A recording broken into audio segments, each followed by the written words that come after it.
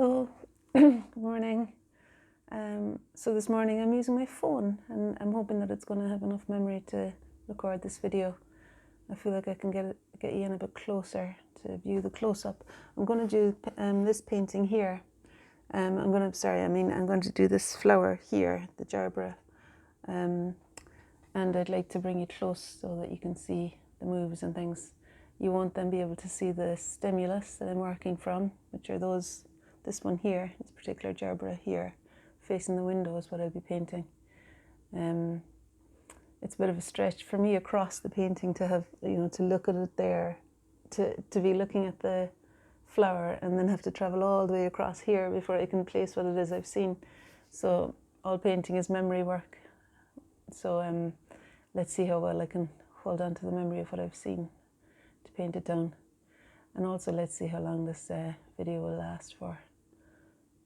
I'll check every so often to be sure that it's still on. So this painting was from a workshop, I think. I must have done a demonstration at a workshop on this. It was probably the summer school, actually, in August. Yeah. And I like revisiting the demonstration paintings because I feel like they contain a bit of energy that might not otherwise be evident. There's something about the crowd, the people watching, and the urgency of having to do something that represents the kind of joy I feel about painting from flowers.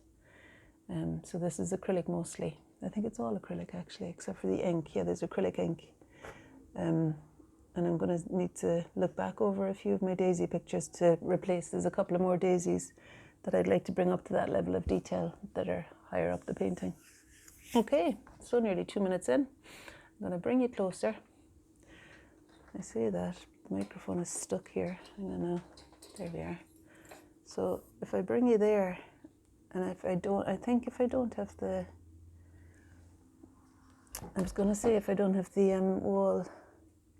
the window behind, I thought it might have been brighter, but it looks as though it's kind of bleaching. Let me see if I can make it a bit darker. Okay, so hopefully now you're able to see this flower that I'll be working on. You can let me know after the video if it's really bad or not. Okay. Well, one thing that's really bad is that I can't see what I'm doing because this is in the way. Sorry. So I do need to pull it back a little bit. Oh, that's annoying, isn't it? Sorry. I was sitting right in front between me and the flowers.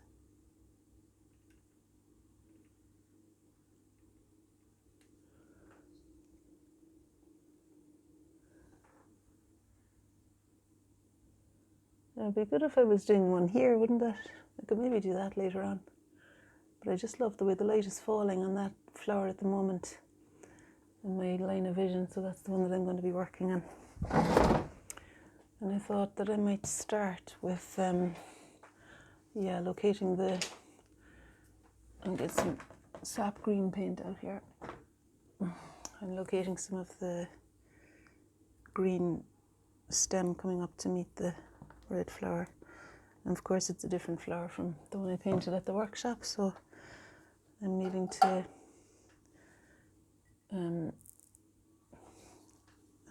kind of convince myself of it or something, to start familiarizing myself with this one. I was painting at the harbour yesterday and I think I still get some white paint on this brush. It's not the end of the world because in actual fact the green is a bit muted anyway. In fact, I might need to make it a bit darker than it is because it's in shadow, this stem. Yeah, when I half close my eyes, really it's all in shadow. Going into the vase. And now I'm going to find something to describe the general shape of the gerbera. Sorry about Maisie, I need to take her out for a walk. There'll be dogs passing. When I'm with her, I try and just steer her away from the window without giving out to her, but just let her know that that's not okay, barking at the dogs as they pass. But for now, I'm going to stick with my video. It's still recording anyway. So what I'm doing here is using alizarin crimson as a way to find the darkest bits of the petals, and also to help me to negotiate the position of them, the general tilt of the flower. It's actually facing up the way towards the light here, and that's what I'm changing the position of it. This will come off. And I think too that there's maybe some dark crimson in the center. Yeah, and there's also a little triangle of dark between the petals over here. You see, I think the colour I'll use for the gerbera will be closer to cadmium red, and the crimson here is representing the cadmium red in shadow. And I'm going to mix it with the sap green there now to identify that dark bit that's attaching the stem to the flower, the dark green. It's only dark because it's not, the light is hitting the front of the flower from the window. So that's why that's in shadow now. On another day it might be nice and bright. In fact, across the flowers, the light is falling on that part of another flower facing that way. So it's really bright. I like that, noticing contrast. Okay, so that's that. I think I probably will end up using some white as well to help to, well, I'll use some white first anyway to move, to get the shape of the edge of the flower here. So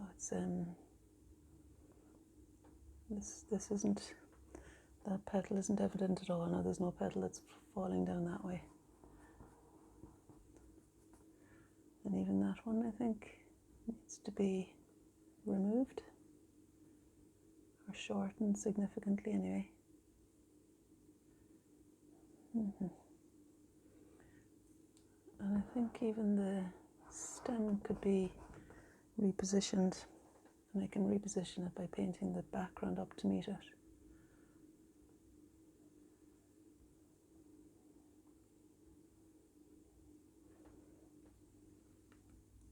I can't actually see what you're seeing because the button for the video is covering the flower.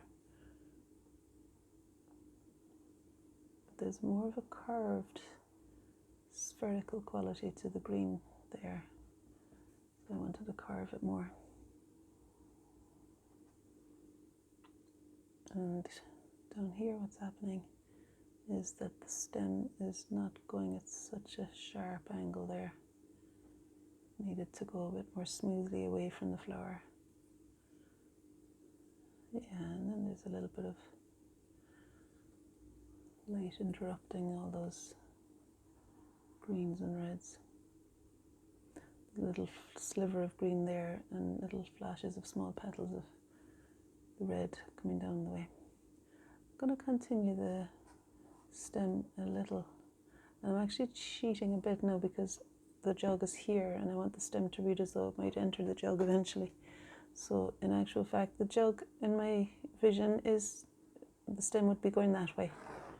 But here I'm making it continue that way for a while. And I'm not going to paint in, as far as I know anyway, I'm not going to paint in the full stem. It's just to give an indication of where it extends out from the greenery. Yeah, okay. And I think while I've got the white here, I might as well continue my lifting out.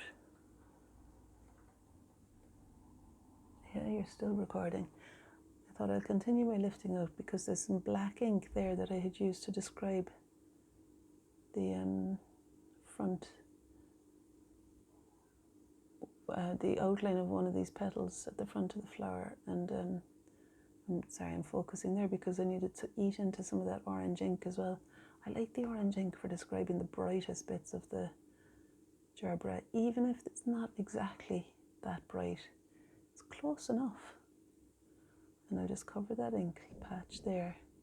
But I'm leaving a little thin petal that I can just about see at the edge.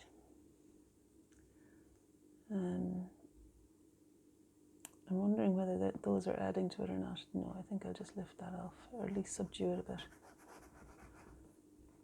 Okay, I mean, it's okay having finding marks, I reckon. I quite like having finding marks underneath, but sometimes they can be distracting.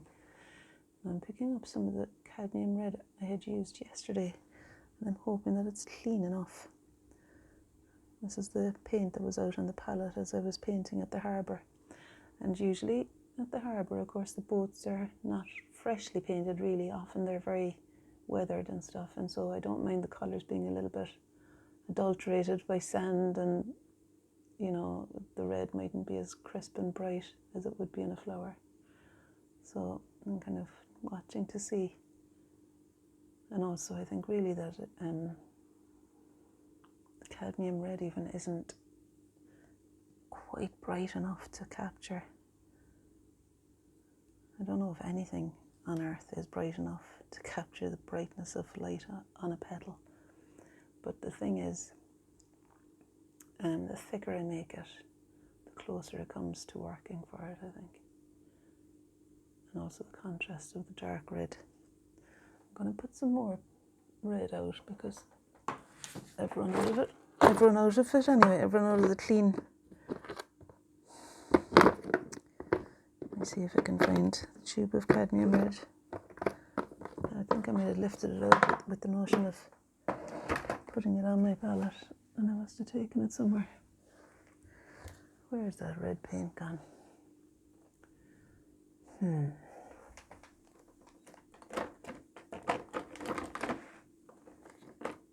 wonder if it did. Yeah, I'm not seeing it in the box, and there it is. So this is what cadmium red looks like.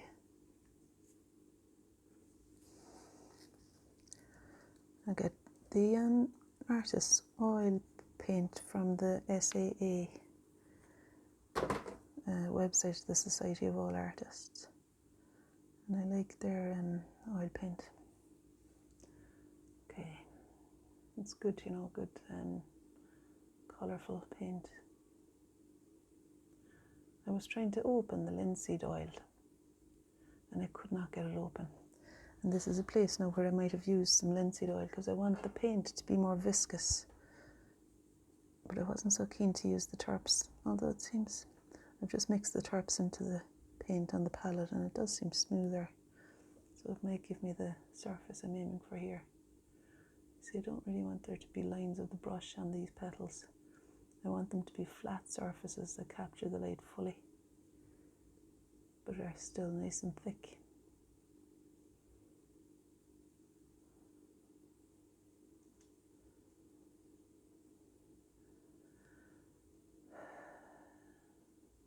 I really like that orange, that bright orange high flow acrylic for describing the brightness of the petals. I like that more than I do the oil paint at the moment, but I don't want to go back to using acrylic now. And I think the oil is doing a good enough job as well. Just finding the flashes of really bright pigment for the 4 petals that are foreshortened coming towards me here. I'm lifting up new bits of paint each time and aiming to capture with a single stroke, if possible, the bright petals that are extending towards me here.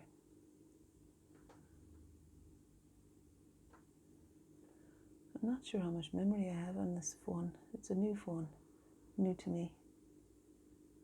Remember when I first started recording, my phone would record 5 minutes and no more. Sometimes less than that.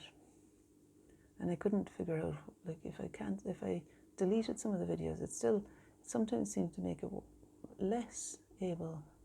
I couldn't figure it out, like, it was confusing. Sometimes when I deleted videos to create more space in my phone, it would only leave me with less space, and I couldn't understand that. So when I got the iPad for my birthday, then I thought, gosh, this is fantastic altogether.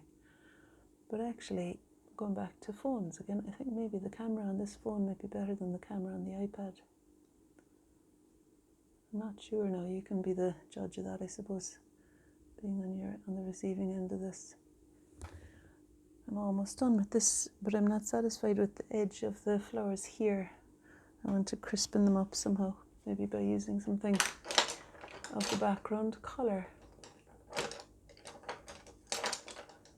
Let's give myself a good brush now that'll do it.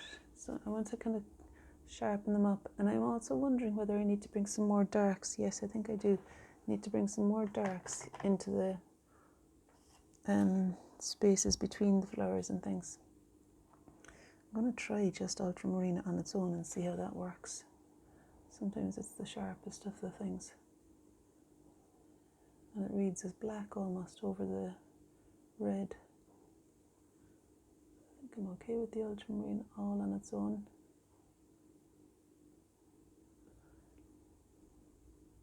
Every so often, if it picks up some red, I'm just bringing the brush back into the ultramarine pool again and filling it again with the dark blue paint.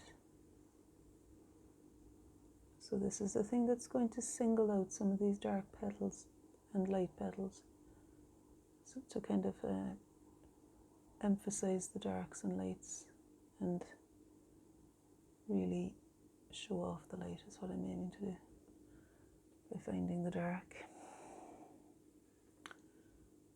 That's what I'm aiming to do anyway. And again, as soon as red gets stuck into the brush, I'm mixing the paint again on the palette and getting some more clear blue on my brush.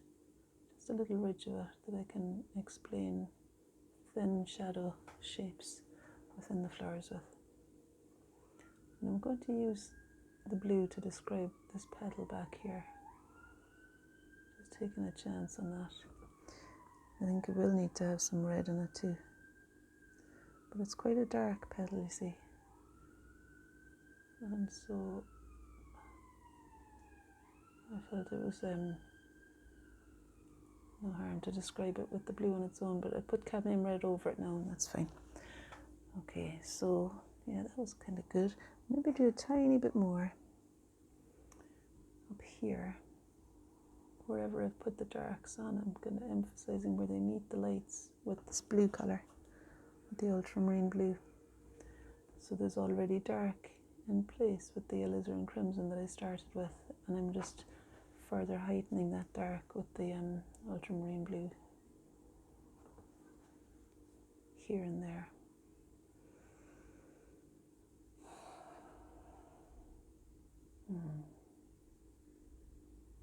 I need to bring some more red. I'm just going to see if I can pick up a ridge of red now with the same brush, a bit risky, same brush that I was using for the ultramarine blue. But I didn't want to have to go changing it as soon as I'd seen that there was a little flash of light at the end of that, shadow colour. I wanted to put it in before I forgot about it. And there's another bit of red needs to go in the end of this petal too, to extend it, just to lengthen that petal a little bit. Okay, and I want to do something to represent the center here. What's actually happening is that there's a, yeah, it's like a kind of a yellow ochre feeling, like dots of yellow ochre or cadmium yellow, dirty cadmium yellow maybe, which I've got handily. I think it's like this, with my eyes half closed, I'm just going to see if this feels like it works for the shadows. What I've got here is just a brush with, I don't know if you can see that colour, it's dirty cadmium red, cadmium yellow, mixed with the blue and red, probably that was already there.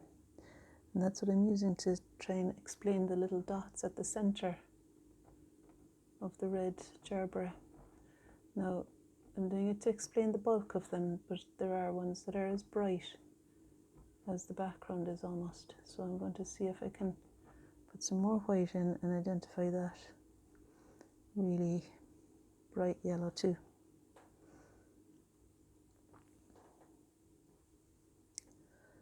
But there's not going to be that many of those now. It's just a little spattering of kind of bright yellow seed heads down there, or whatever they are.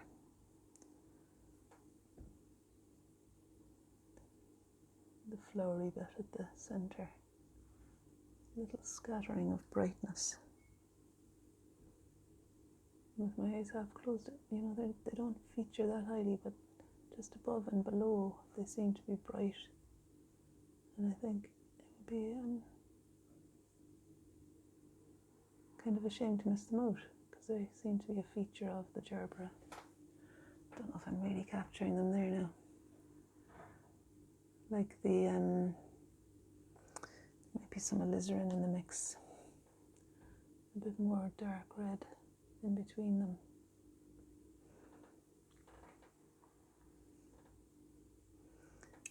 Maybe even dark blue red. Ultramarine blue and alizarin crimson.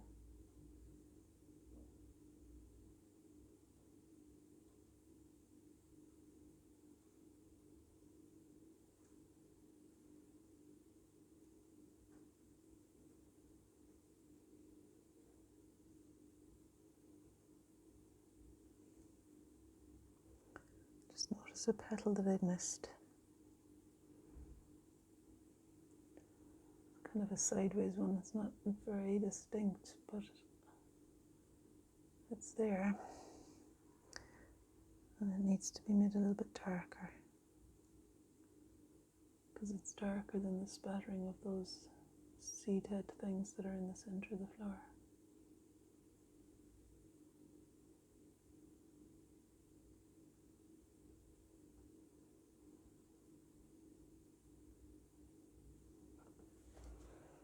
And behind it,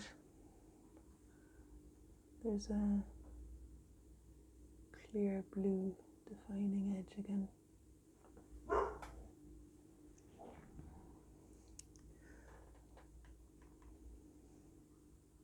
It's a beautiful day now. I'm going to go into the woods with Maisie. We'll have a lovely walk. It's kind of nice to get some painting done in the morning. I had a swim this morning at the reservoir as well. And as usual, I kind of think, no, I'll not go in. And then as I dropped Lily to school, I kind of thought, look, beauty is one of my values, I love to feed my soul with beautiful things. And I thought Gladhouse Reservoir is one of my most beautiful places, so I'll just go there anyway, even if I don't go in for the swim. But then, you know what, another thing is, it's to actually immerse myself into the beauty of it by walking into that stream of light that's on the water. And there's this really bright syrup light from the sun that falls on the water there, and it's nothing like that feeling of immersing in it. I can feel it breaking open my heart, and I can't believe that I forget about that before going in. I'm like half-hearted about it. Oh, I might go in. Then when I do, it's like, oh my God, how could I have thought that I mightn't bother with this? So it's good to articulate that, actually, because I think it might become a winter ritual for me again. And I think it would be a good thing that it wasn't so much a summer ritual, which is a strange thing. You'd think that I would swim more in the summer than in the winter time, but I have gone to Flotterston, which is a bike ride from here, which is nice, and I swim there. And in Cockenzie I was swimming in the sea yesterday. But the ritual of going to Gladhouse had stopped. I suppose in the summer Gladhouse has been very busy, and the water level has dropped significantly, but that didn't matter today. There was nobody there. One guy eventually came and he swam out to the island, but I was on my own for a long time.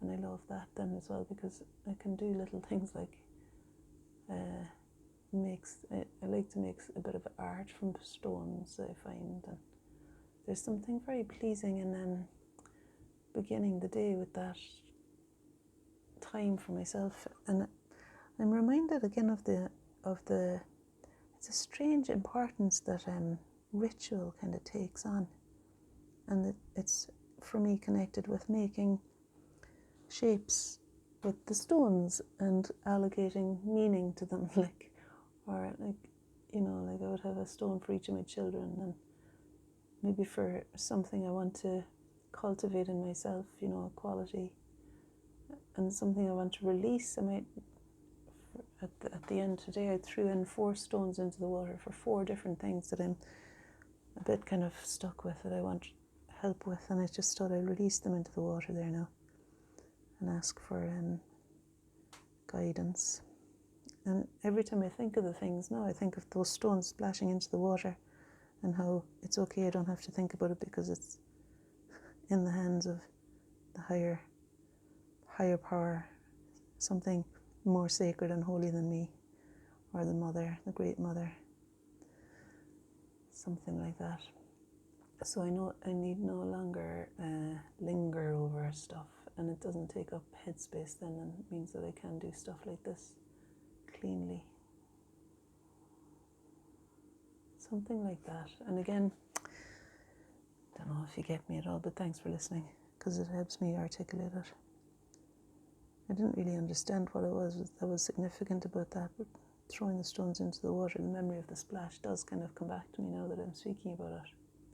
And I suppose that vigorous physical action is it's a very visceral kind of letting go, isn't it? It's like being very clear that that's no longer held on to, but it's surrendered to some force greater than me. I'm grateful for that. So I'm very grateful for Gladhouse Reservoir and the quietness of it in the autumn and winter. So I wondered if it was the end of an era when I no longer felt like going over there for a swim. But no, I think it was just the busyness of it that I wanted to avoid, and now I can go back and be on my own there. I had a lovely swim with Erin the other night. She came with me to Floreston on the bike. She took my bike with the basket, and I had another bike fixed that I cycled, and it was grand. The bikes worked fine. Really grateful to there's a Scottish bike fixing scheme, and you can get your bike fixed for up to £50 worth of repairs. You can get up to £50 worth of repairs done on your bike. And there's a man called Arnie down the road here who's brilliant, and he does that. He's registered. So he's got our bikes up and running, and he said the last bike I took down to him was 40 years old. He said, that's a rally bike. I don't even know where we got it. 40 years old. And he said, you could put it in for a special bike race, only now that he's fixed the brakes, he's put new cables on. So he said, actually, the original brake cables have to be on it if you're doing one of these specialized competitions where it's the ancient bikes that are being used. Anyway, I have no interest in that. But he offered me a new bike that he got for 50 quid. It's practically brand new, but you know what? I much prefer my old rally. It feels more substantial, and it's got less kind of bits to it or something. This is the purpley bike that he was offering me. It was like it would have been grand, I suppose, but it just didn't have, it lacked a bit of heart, I thought. I never thought that until I said it there, but I think it's true. There's something quite characterful about the old, I think it's an old rally. Yeah, it is.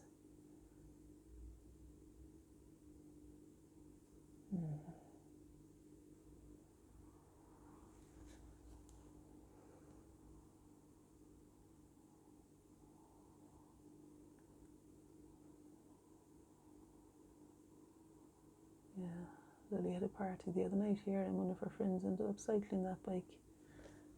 And between that and a few other things, I just thought, it's not worth the hassle. So we're not having any more parties in this house. You heard it here first.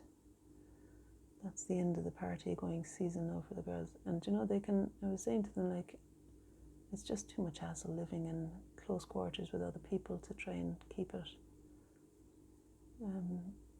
manageable and to keep everyone okay, It just felt like too much responsibility.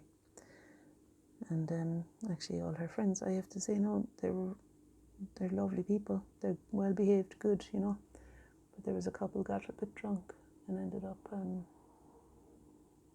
doing silly things.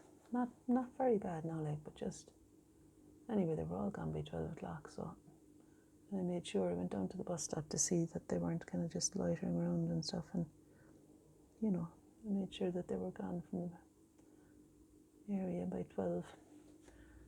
So I don't think that's too bad. think I would have been a lot worse at her age. We'd have been up for any kind of partying that we could manage to find. But anyway, the bike went out and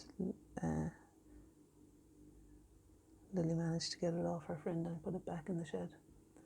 I would have been very upset if something happened to that bike.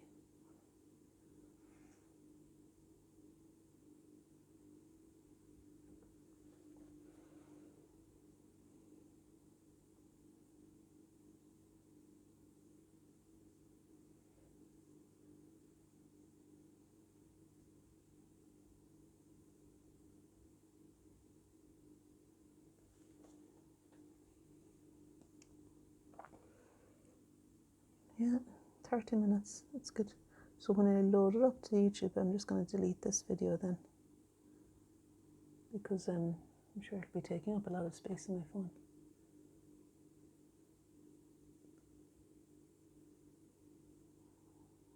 Not that I know much about phone memory and stuff. I've stuck the microphone in and I'm hoping that it's working. That's something I didn't check to see if it's going to work with the phone, or if there's something I should have allowed or something. You know, the way sometimes you have to say, do you deny or allow? I'm kind of enjoying myself here now. I feel a bit trigger happy, like I want to do something more. I wonder whether that flower needs to show that it's... I think there needs to be a bit more of a destination for that poor stem. It's just sticking straight into this massive green. So what I'm going to do is, I think I'll make a lighter green for the stem that's in there, because the background green is quite dark. If my brush was some way clean, it would be different.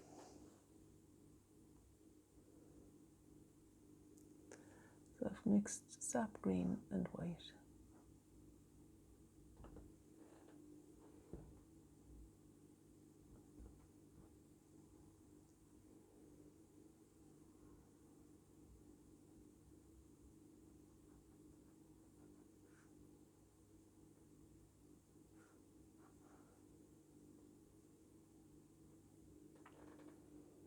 I think that's okay.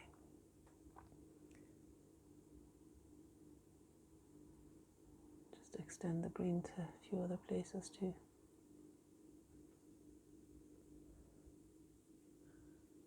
So that it fits in some way with this other flower. It's kind of handy because I've got a gerbera facing me here, so I'm looking at the shape of that, the edge of that in relation to this white daisy, and I'm painting the green up to meet it. I want to re-establish the light on that flower there now, that petal.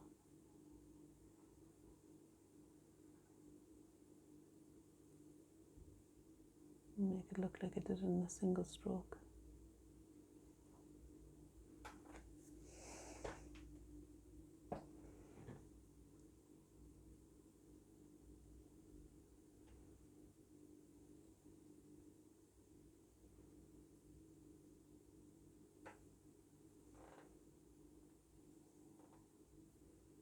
So I'm still working on the one with the sunflowers and the gerbera. I just left that up in my bedroom when the party was on. I took the wet paintings out of the room. And so that's upstairs. And I'll come back to that tomorrow, I reckon. Got a little bit stuck with it.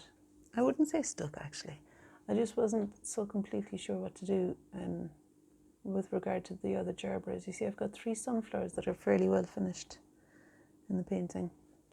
And I've got 3 sunflowers, and I've got 3 gerbera. One is completely finished. The other 2 are just insinuated, a bit like those ones there. But I feel like if I was to finish them off, it might be a bit twee, you know, having 3 sunflowers completely finished, and then 3 gerbera completely finished, and the rest of it being very loose. So there's something here, like I quite like the looseness, and to maybe just have bits that are heightened. So I don't know. And the thing is with the sunflower and the sunflower and the gerbera, they're very kind of clear shapes as well. And I think they might dilute each other. There being two triangles of. I'll show you when we have it. It's better to show it to you to talk about it when I'm showing it to you. That's what I mean. Okay, so there we have the gerbera. The gerberas I was painting. There's the painting from last week that I did, the 3 daisies. And you see, I think the 3 daisies work okay around the single sunflower. But if there were 3 sunflowers and 3 daisies, it might be a bit much, a bit symmetrical. I'll bring this a bit closer for you to see the gerbera on its own. There's the gerbera and the daisy. Quite nice together, aren't they? I like that they have a similar shape, but that both of them are in different, you've got a different view of each of them, and obviously the colours are very different. So there we have it. And it remains to be seen now whether I'll do this gerbera in detail as well. I'm kind of feeling a bit trigger happy here, so I might stay sitting here for another while. I've got my porridge cooked in the kitchen, and I made some blackberry stewed with stewed apple. My mum was telling me that they've got so many apples this time that they've put buckets down by the road every day for people to take them. They've got loads and loads of cooking apples over in West Cork on the coast road there. If you're passing, you can check out, and it would be great for them, I'd say, if you would pick the apples yourself, because my dad had to shake the tree to get them all down. There's loads of trees, like they're all but anyway. So I'm going to have my blackberry and apple porridge later on, maybe with some sour cream. Nice. Actually, I've got double cream as well. Okay. No, this is getting ridiculous, isn't it? 36 minutes in. Okay, so thanks very much for joining me. And I maybe do another video fairly sharp just now while I'm on the roll with this. Okay. Check it out on YouTube, the next one. See ya. This is Anya Divine, by the way. And thanks for joining me if it's your first time. That's my studio at the back there, which has got the laundry in it since the party. And, you know, I've been using the living room to paint in, and the girls don't seem to be too bothered. It's I think it's kind of nice having colourful stuff around, and they want any excuse to not sit at the table for dinner. So the table is currently being used as my station for painting. Okay, all the very best. See ya.